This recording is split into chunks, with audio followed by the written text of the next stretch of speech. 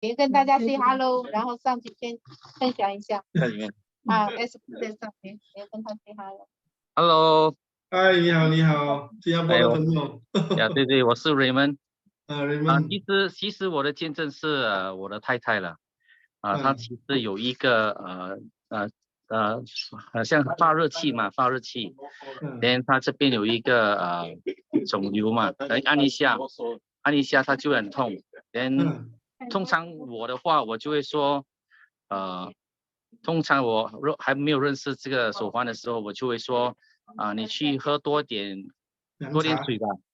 因为很热气嘛，喝多点水，3天它就会消了。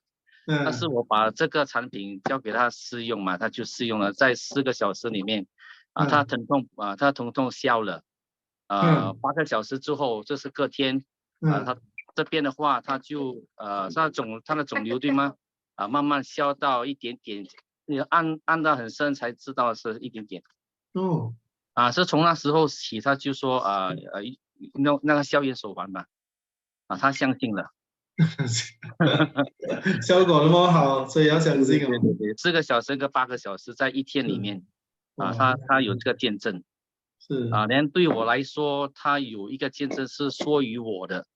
他说以前我戴的那个手环是第1代的嘛，第1代的。说好像是一个塑胶来的，是有什么作用？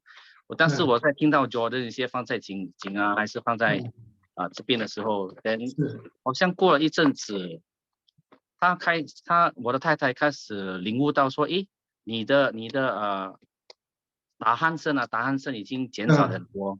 打鼾声减少很多，在30天里面呢，其实每一天都有打鼾的。但是对我来说，我是每一个早上起来，他说，诶，你在打鼾的时候没有啊，我没有打鼾。但是他注意到在30天里面已经减少了很多。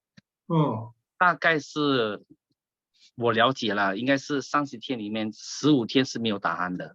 哇，这样减少58%。对，58%，说现在还在这30天有没有？